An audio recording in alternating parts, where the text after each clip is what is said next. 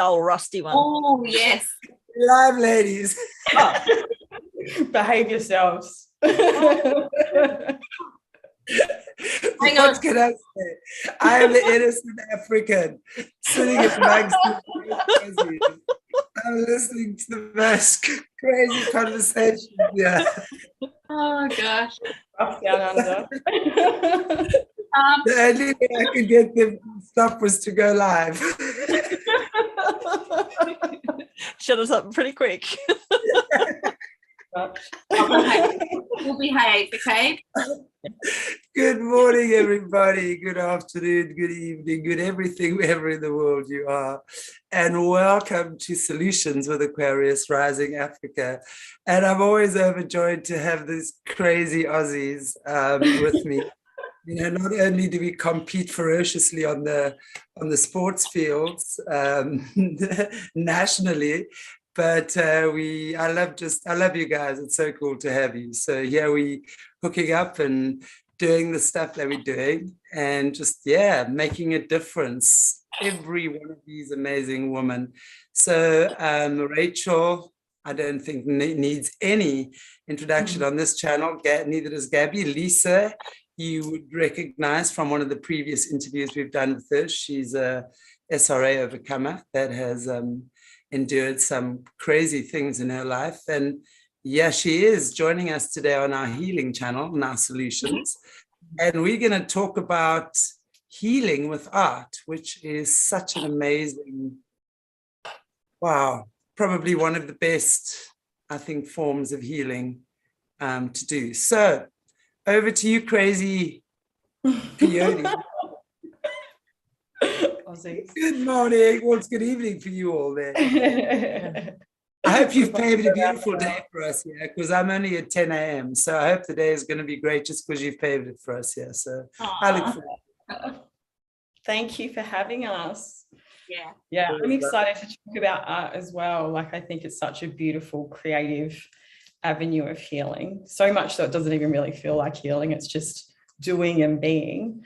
And I don't think I did it as consciously as beautiful Lisa does. So she'll be able to give us a lot of more in-depth insights. But I know I was always someone that would sketch and paint. And I think that was it was a way of me finding beauty again in the world after something so evil and disruptive happening in my life. I didn't really use it to probably express the negative emotions, but for me, it was like about focusing on something positive to take me forward. And I just think art, it's got so much sensory, you touch, you smell, you feel, and that's something that really gets shut down a lot with survivors recovering from trauma, because we had that damage in our brains, potentially, some dissociation and splits happening. But, even if it's not that, it's, damage to your frontal lobe, the rear area of your brains as well, where, your memories are held and that sort of thing. So art's this beautiful, coming back into flow, coming back into centeredness and just, expressing yourself, which I think is just so wonderful. It often is one of the first ways that the expression comes out.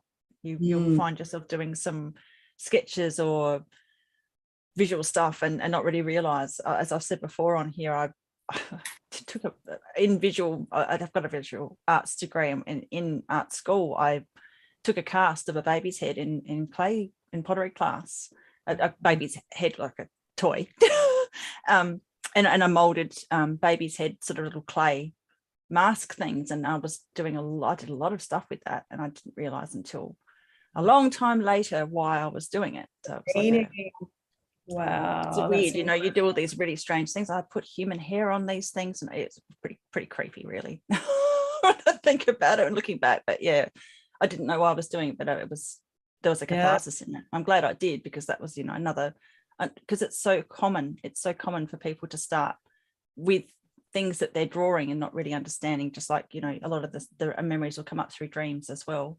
It's subconscious. It comes out that way.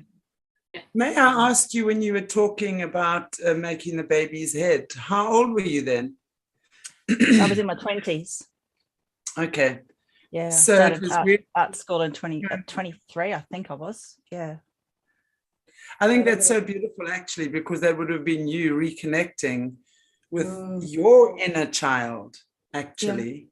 Yeah, You know, there's a little bit of and I that and a think little bit of an ode to those children, particularly that baby that I saw. absolutely, Yeah. absolutely. But I think in order for us to be able to be the person that you are now for a lot of survivors coming out there, you would have needed to go through that healing yourself and that reconnection process yourself, right? Yeah, and it's such a long process, you know, and you never really finish. It's always going on. Yeah. I'm sure Lisa totally understands that one. You're always tending your blooms and your blossoms. Absolutely. Yeah. Always. Yeah, never stops, does it, Rach? No, it doesn't, darling. It doesn't. So how did it come up for you, Lisa? Well, I'm just listening to you being reminded. In high school, I actually chose art. I thought it was kind of like, you know, we call it bludging, like, you know, so you know, it's just like you know what I mean? An easy thing to do, because I didn't want to really engage in school much, but yeah, I chose art, and I chose clay, like I don't know what they called it, but it was clay, like, and I just loved it, like. So it actually started then, and it was just basically kind of what Gab said, like it was just sketching, and just, I don't actually think of what I'm going to draw, because in my life, real life, I'm very like, I need to know what I'm going to do next. That's like the safety thing. But when it comes to art, I just don't think about it. I just let it go. And that's, I think, the two parts of the brain thing, like it coming together, like it's so, you can't explain it. It's just, I can literally feel it, like just feel it. Yeah. So that's, did you want me to show you my first one that I really did? Have you always had, sorry to interrupt you. I just wanted to know, have you always had a flair for art, like forever, or did you really start feeling the outlet or the sort of the inner feeling to express it through your healing process, or has it just become more sort of highlighted now through your healing process? As a kid, I definitely didn't think I was, you know, I didn't think I was good at anything. So I was always good at doing hair, like everyone's hair. I was very creative in that area. So, but when I started, like the full memories came when I was 24, when it was like the flood, the only thing I could do was either journal, which I've got like 10 million journals next to me, but and I would draw. And I never thought, I didn't think I was good. Like I was, even now Shane's like, you should put it in a gallery. And I'm like, no, like, no, I don't know. Like, it's very, because it's so personal, I think.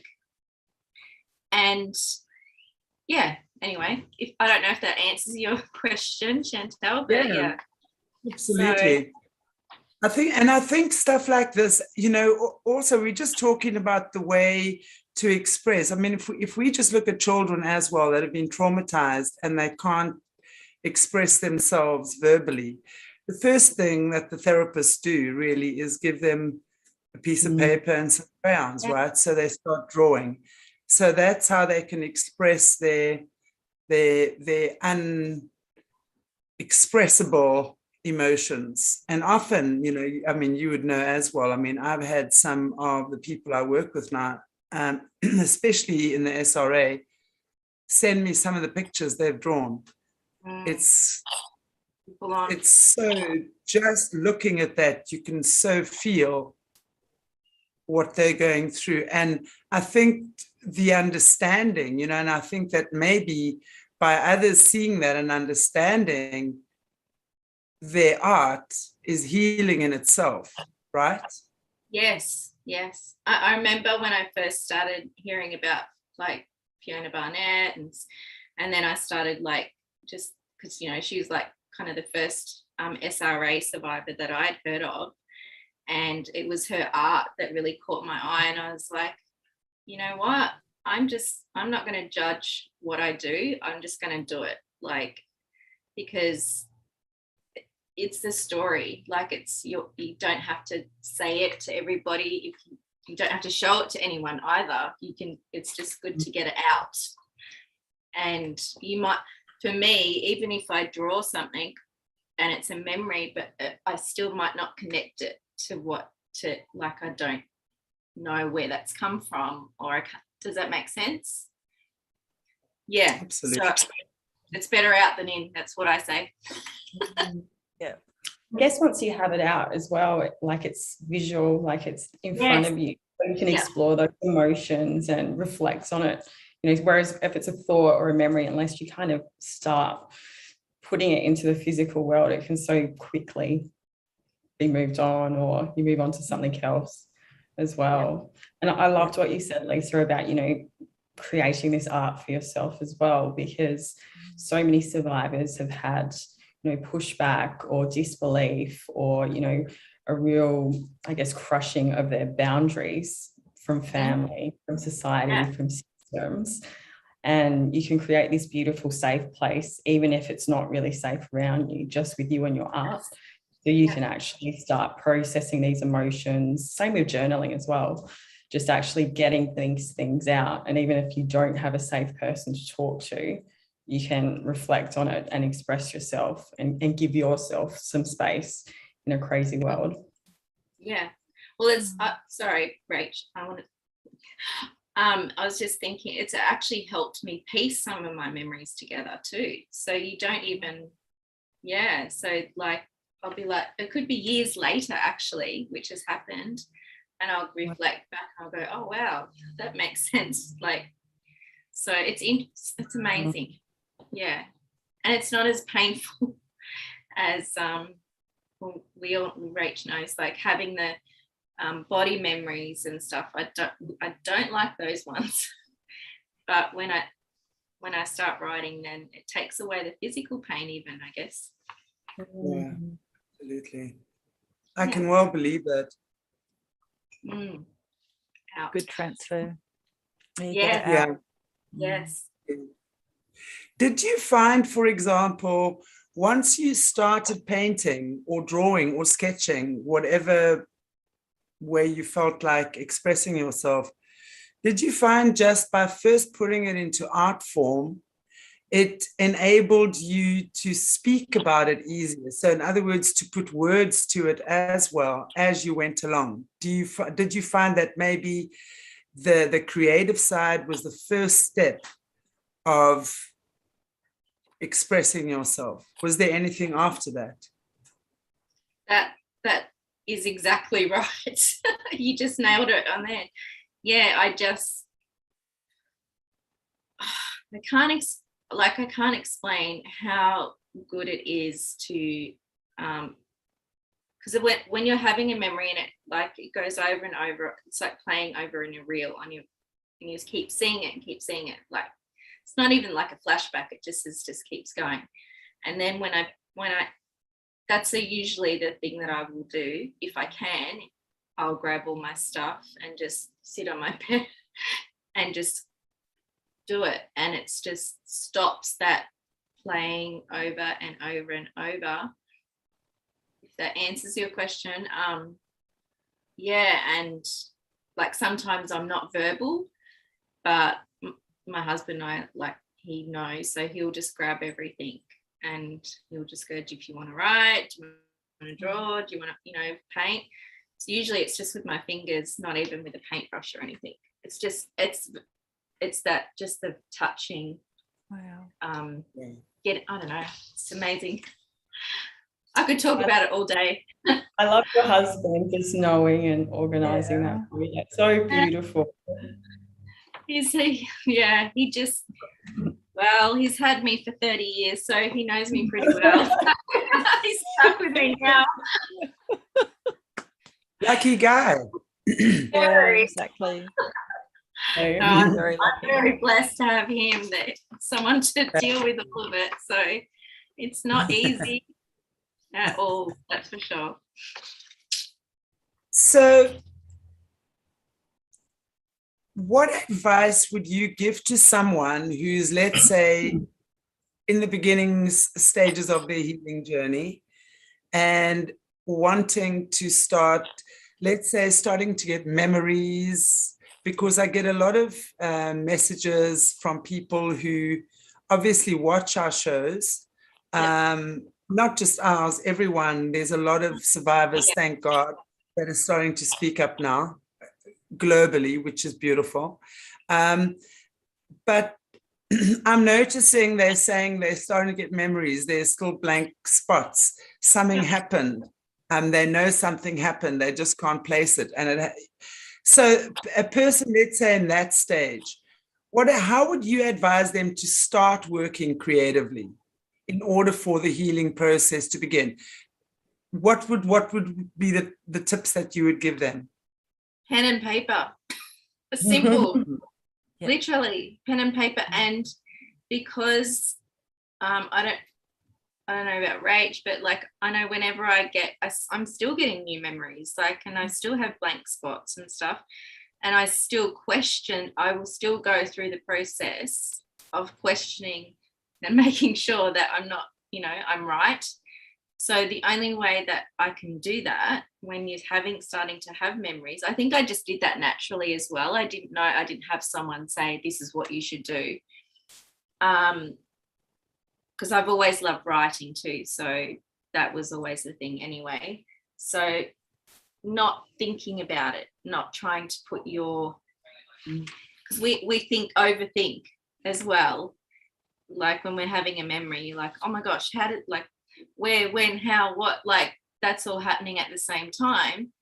So my brain will just like, I feel like it's going to be fried. So I have to sit and I'll just go, no, I'm not going to try and make it what it is, the perfect story, because there is no perfect story. And I'll just write, and it will come out. You won't be able to see it, but my writing is like, oh, you can't really see it. That's like very childlike. So I won't even, that's like, my writing will change as well. I'm a left-hander, but I am kind of ambidextrous, just from hairdressing, I think. So I'll use both. And I think that helps. What I think you were saying, Gab, like with the brain, like connecting in the frontal lobe, because a lot of the memories, like, it's like I'm sitting here watching it, but then when I'm writing and trying to, I just let it come out, and it's just, it's there. I don't know. And I don't pick at it. It just is. And sometimes it's really shocking, and you're like, am I going crazy? But we're not crazy. We're just, we're very intelligent, because not many people can do that. Yeah, or just surviving. Just surviving shows intelligence. We had to survive it. So we had to put it someplace. It's quite amazing. It's quite amazing how it's just tucked away in there waiting to be released when you're ready as well, and your body just seems to time that you're strong enough to deal with these new memories. Never ready. Like an onion, peeling back. Hello. So annoying and intrusive, but anyhow. Yeah. And it's really good what you were saying, Lisa, about it coming out as very childlike when you first start to write. Yeah. So I know with my submission to Ted Mulligan of the Mulligan Inquiry, which was 2006, 2007-ish, and that was a state inquiry, wasn't a royal commission, it was an inquiry into children in state care and deaths in state care from about the 50s up until when they did the inquiry. And the writing, I shudder when I look back on it, because it's so childlike and so embarrassing, and it just rambles, and the pictures that I've drawn and the little comments on the side, you'd never believe I had a visual arts degree, and it's just it's like it's coming from a 7 or 8 year old, but that's actually how it comes out. So, it really is coming from a child as well, isn't it? It's sort of coming straight from your unconscious, and that again, unhealed trauma just straight through. It's incredible. It just, when you do, that's right, when you do and you be, that you just move into that flow, and your subconscious is able to just move through you and bring it out like that. It's just incredible. Like same range. Like I'll actually write, I like dates and times, and I'll be like, how do I know? I don't know how I know this, or and the age, and it's usually around, you know, that young age, 8 or 9 years old, and yeah, it's kind of that kind of writing, I guess, the traumatized kid trying to get it out. Yeah. So even the style of writing, the size of the font, everything is usually completely different to your adult style. Yeah, definitely. So yes, it was very interesting, especially 20 years ago when no one really talked about that stuff. You're like, but it's very normal for survivors. Yeah, it's becoming very normal. It is very normal. And that's probably what I would like to say, Chantelle, to like other survivors who are like SRA, who are starting to have flashbacks and thinking, oh, am I crazy? Like, you're not crazy. It's normal. Like, it's a normal in an abnormal situation. Like, your writing will be different. You may even, you know, like even, but I think I said this in my last one, like I'll get random bruising come up sometimes. So where did that come from? But it's usually associated with like the whole thing. Your body remembers everything, like it's in our cells, you know, all of that stuff. It's just, yeah, it is. It's amazing. Our bodies are amazing. So it's almost like releasing a bottle and unscrewing the lid and slowly but surely just letting all the pressure that's been in there just release. And the way you release through the writing or the drawing, or maybe some people have different ways of creating. But definitely, I'm a great advocate for journaling. I mean, anyone who's been working with me over the past 20 years will know I'm actually quite anal about that. And those who do it realize the benefits of it. And those who don't keep wondering if it will work. And yet I got to tell you, it's so strange because that's the thing. Part of the tools I give people that they resist the most is the journaling, the writing. It's very interesting that, and yet it's got such a profound healing effect on someone's life. So I highly recommend. I mean, this, I've seen it for myself, just in my life, my students, my clients over the past 20 years. It's amazing. I think that's fear. I think that's an innate fear that we already know, like we know that this has happened to us, the parts of us, whatever you want to, most people aren't integrated or whatever. I don't know what you want to call it, but I think they already know, and they're like, like what you just said, they're all very resistant. I can be like that, even though I know. I'm like, no, I don't want to, like, my husband saying, right, I don't want to write it down. I don't want to write it down. Don't fear. So I totally get it, but you have to do it. It's cheaper than therapy. I love it. And you have this beautiful painting at the end. Yes. Well, I've just got a comment from one of the viewers here at the moment, which I think is very valid. He says, we need a space, or I don't know if it's he or a she, sorry. We need a space to show our art or our story. Yes. Which I think is a fantastic idea. And I think it's a fantastic initiative to begin, actually. Let's create a space for the survivors and the overcomers if they want to share their art and their story, and I think that is an amazing thing. So, Mornay. Speaking of showing art, watching? I actually saw an art exhibition. It was last year in Ballarat. So Ballarat's a regional town in Victoria, and it's very renowned for its trafficking and exploitation of children by the church in particular. And this exhibition was completely survivors and a few advocates that were speaking out about this issue, and it was all about survivors expressing what they'd been through, and it was powerful. Like I literally had tears walking around the gallery, but I would go again. Like it was just so beautiful seeing, and some of these pieces were like incredible. They all were in their own way, but some of them were just breathtaking.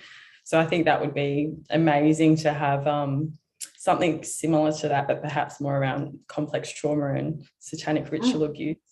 Yeah. Yeah, just amazing. Yeah, well, Lisa, we've got plenty of visits from you. Beautiful work. There's a library not far from where I live, and they have in the library, well, not in the library, there's a on the other side. It's really cool. Like you walk in and they have a little art.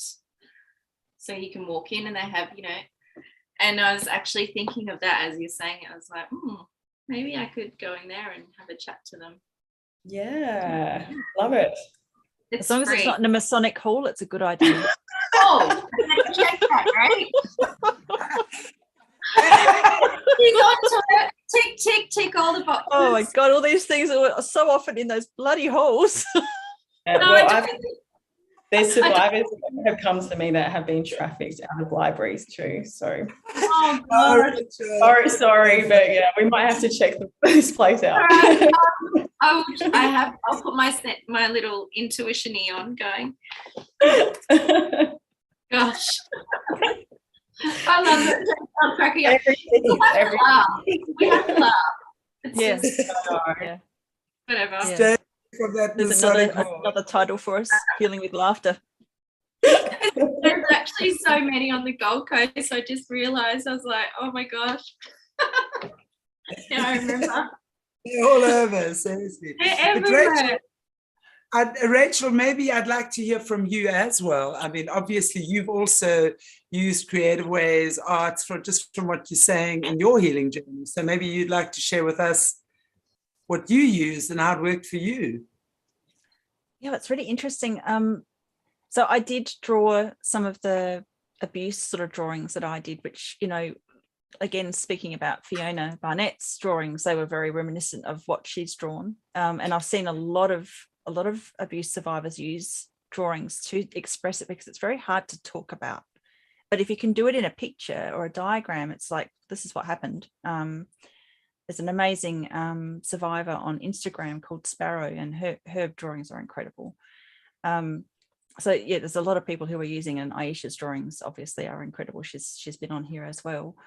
My latest sort of efforts, and I haven't done a lot lately, to be honest, I haven't really had time, but I had one that I've actually used as an icon for one of my Telegram chats, which is the programming that I had also sort of centered around the auras that I see, the different colors. And I had this amazing compulsion, and I don't know whether or not it's programming or I was trying to make sense of all of the programming and all of the things, all of the connections that I'd made with all of the different dimensions that each chakra and aura colors all interconnected. So I did this incredible diagram, this diorama, which I might show at some point. And Lisa, you've seen that icon in our chat on Telegram. It probably can't see, you know, properly what it is, but that was something that took me, I don't know, probably 4 or 5 months of just intense concentration. And it's not exactly mathematical, but it's circular, and it has all of my understanding of what it all means, all the different dimensions that we connect to as a physical form, and where our soul connects from.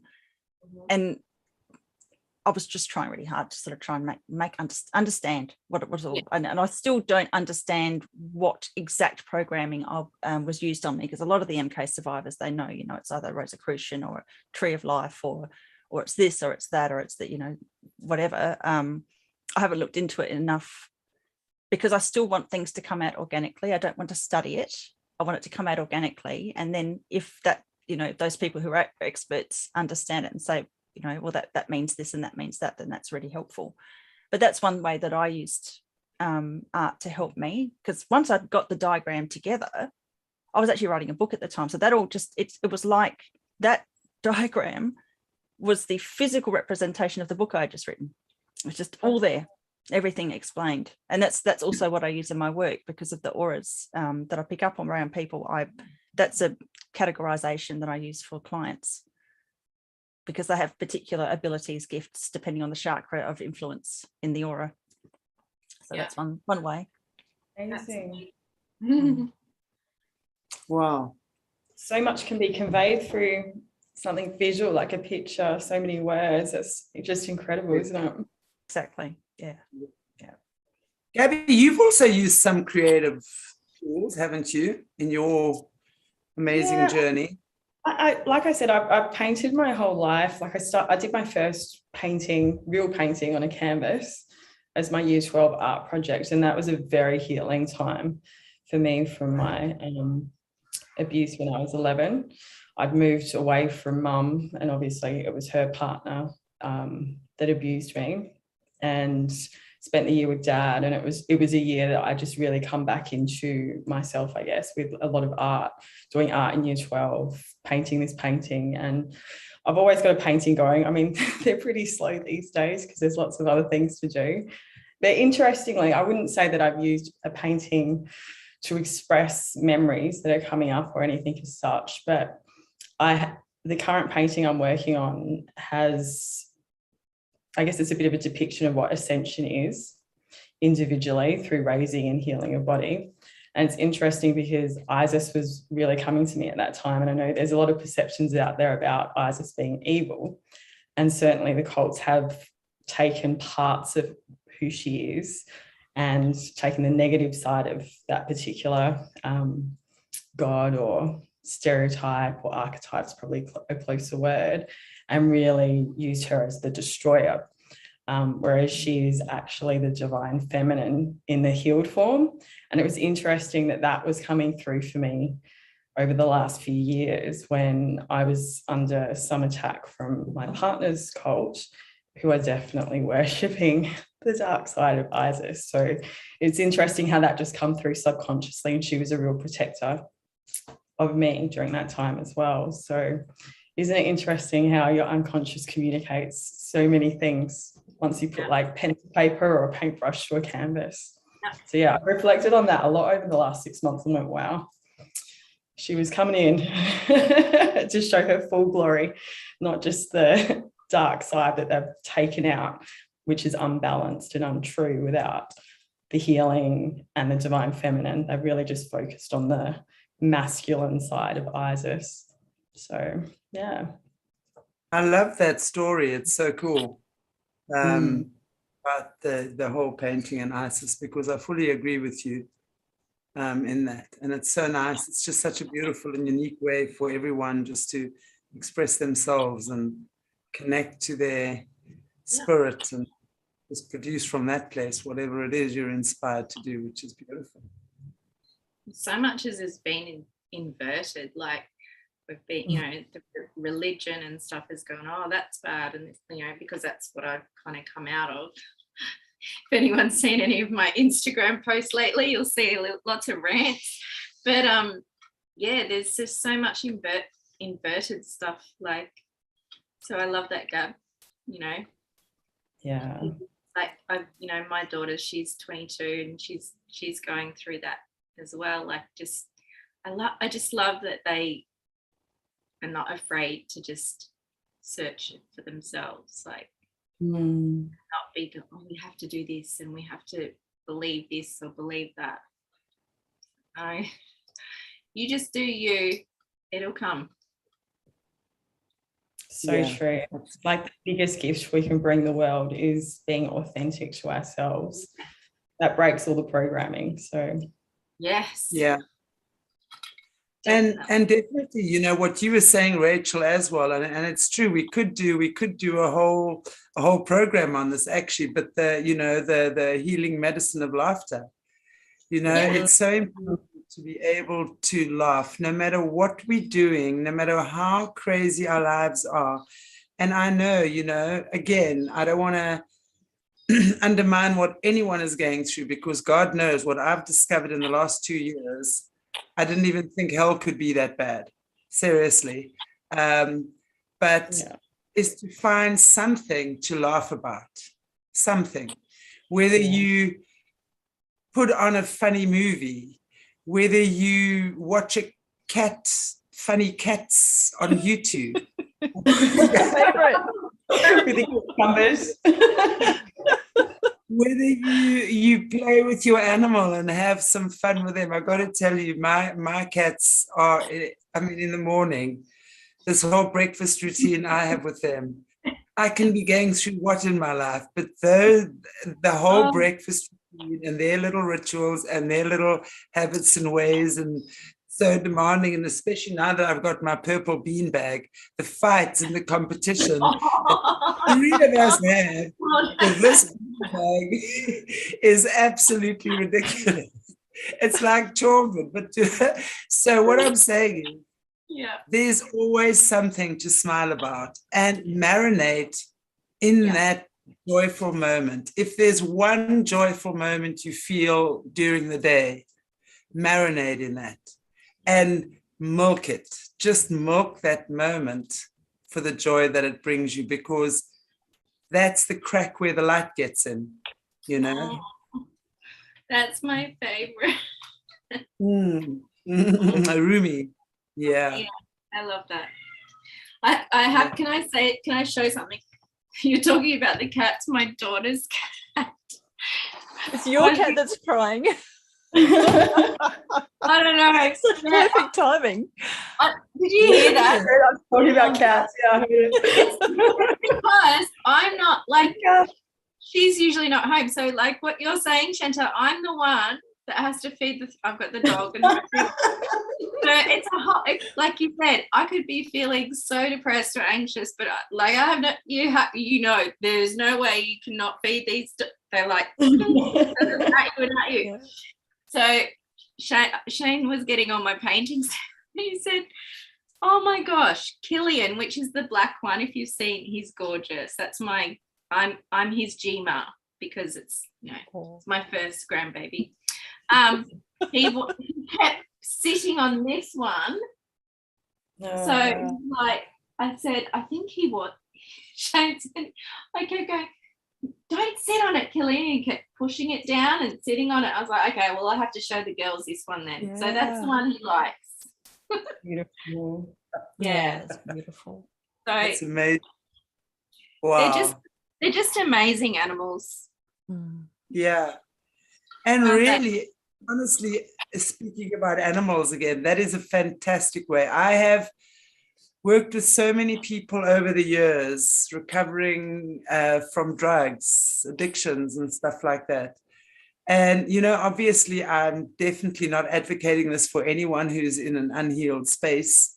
I want to say that your intention must be very clear when you take on an animal, because it's like taking on a child. But when you have decided to take the path of healing and you get yourself a cat or a dog or any animal, really, you know, my little nephew calls them his fluffy toys. Oh. The fish are not the fluffy toys. The cats and the dogs are the fluffy toys. So when you decide to get yourself a fluffy toy, it is amazing, because suddenly what I've noticed is that these people have something then to nurture, to take care of, to someone that looks after them when they come home from work and excited to see them. And it's just such a healing, beautiful relationship. And these animals are just amazing. They know they're there to help the healing process. They know that. I promise you, you know, me and animals, there's a whole different area in which I work with animals, but definitely know for sure that animals will always know. And they are often your guides. They are often your angels that are there to protect you.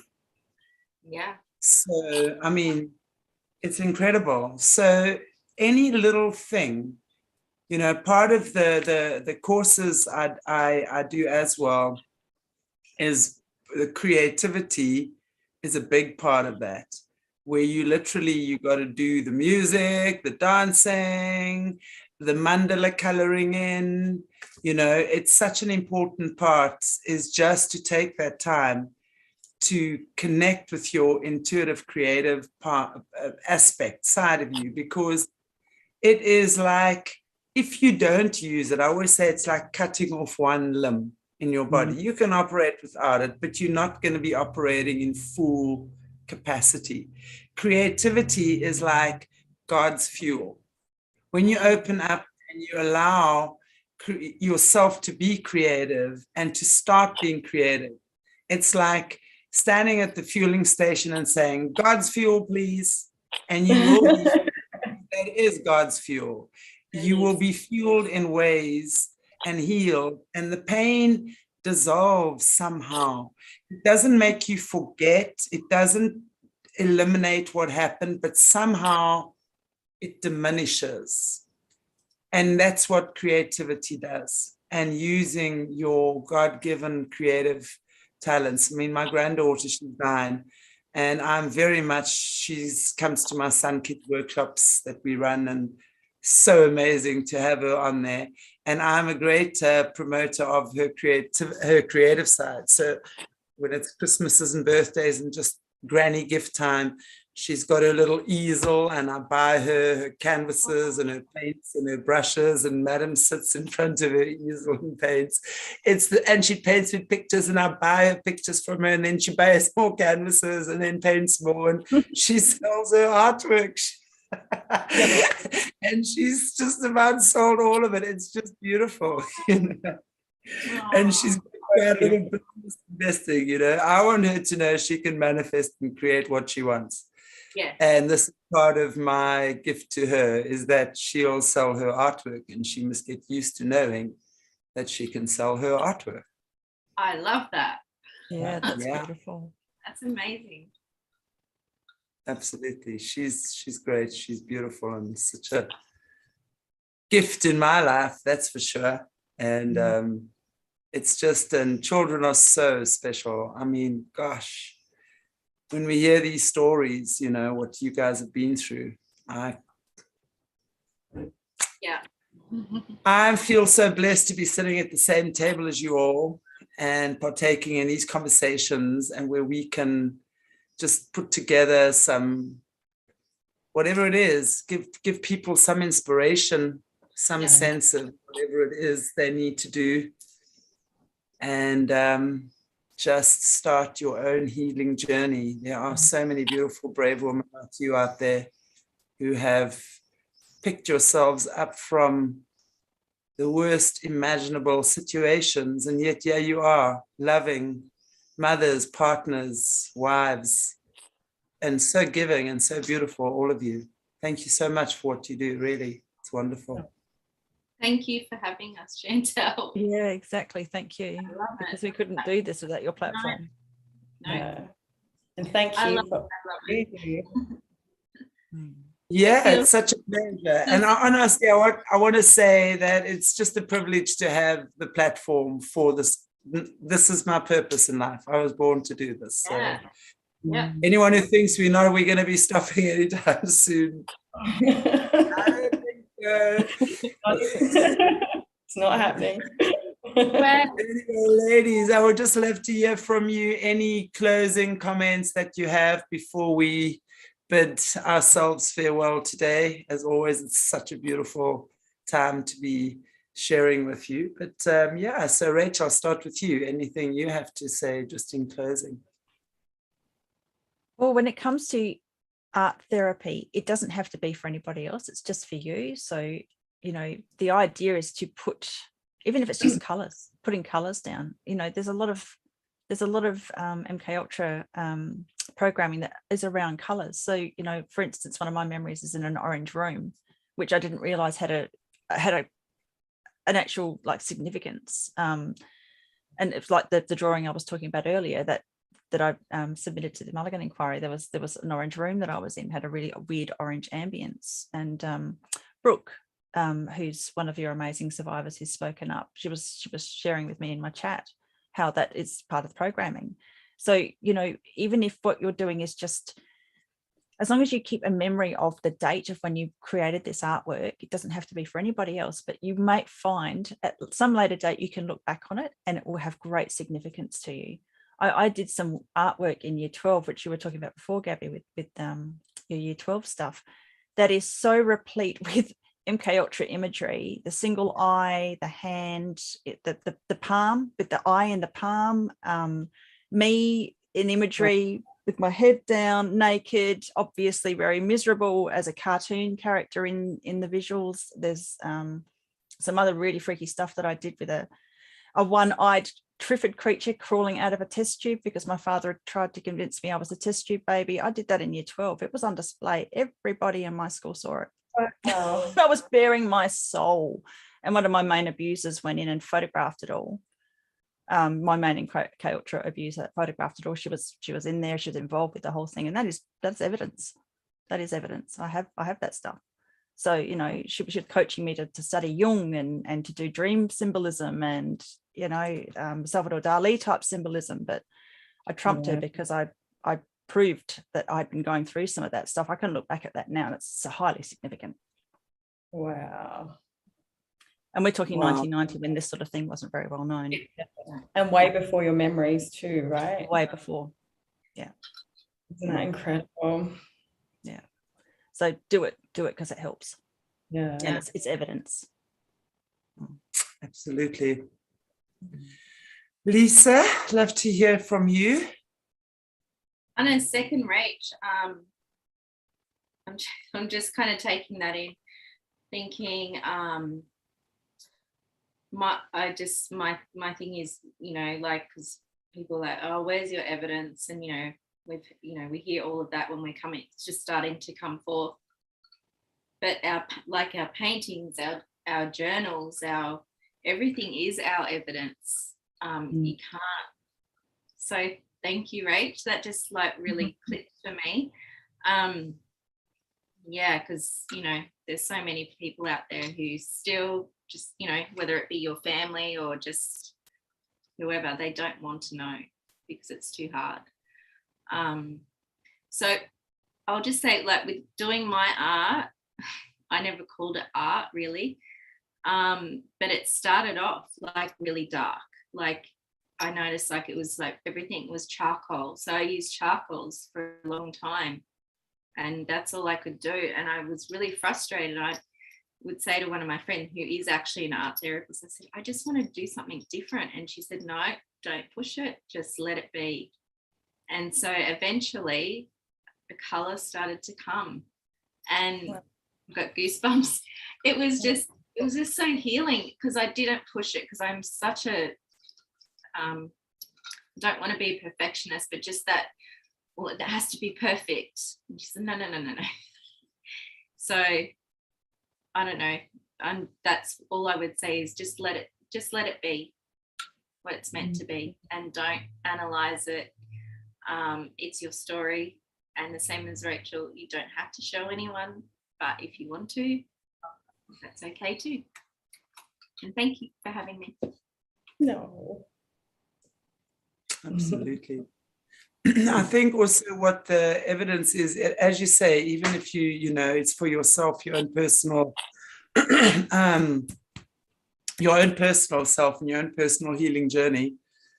And even though you might be crying and just releasing while you're writing or drawing or painting or whatever it is you're doing, you might be feeling so enraged or sad or whatever it is in the moment, you will realize that after you've had that release and after you've painted or drawn or written, you feel so much lighter, right? Definitely. So that would be your knowing that this is working. It's how you feel afterwards. You know, I always equate these things to like lancing a boil. Okay, anyone who's had a boil on their body, and I know it's quite a gross analogy, but it's quite effective when you think about it. It's a very painful thing, and it'll sit under your skin until it draws to its head, and it's a very, very painful thing.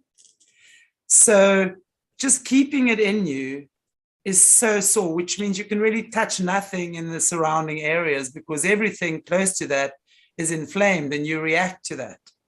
Yeah. So now when we find the head, we can then lance it and squeeze it, which is the real painful process. So I would say that moment of just opening up and speaking, expressing, is that lancing, clearing process, cleansing. And then afterwards, the healing takes place. And that's like the pain disappears, the little scar might remain, but then it becomes a badge of honor. And it doesn't become, it's not a wound anymore. Now it's your badge of honor. So that's what, I mean, a lot of people, I think, resist this kind of healing because they're too scared of what it's going to open up for them.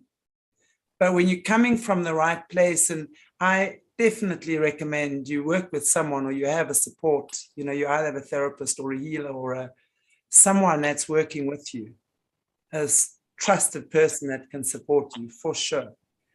But then soon after that, you won't need that anymore because then you're doing it on your own. So I really think that's something, it's a beautiful way for people to heal, is to express. Gabs, I'd love to hear from you as well.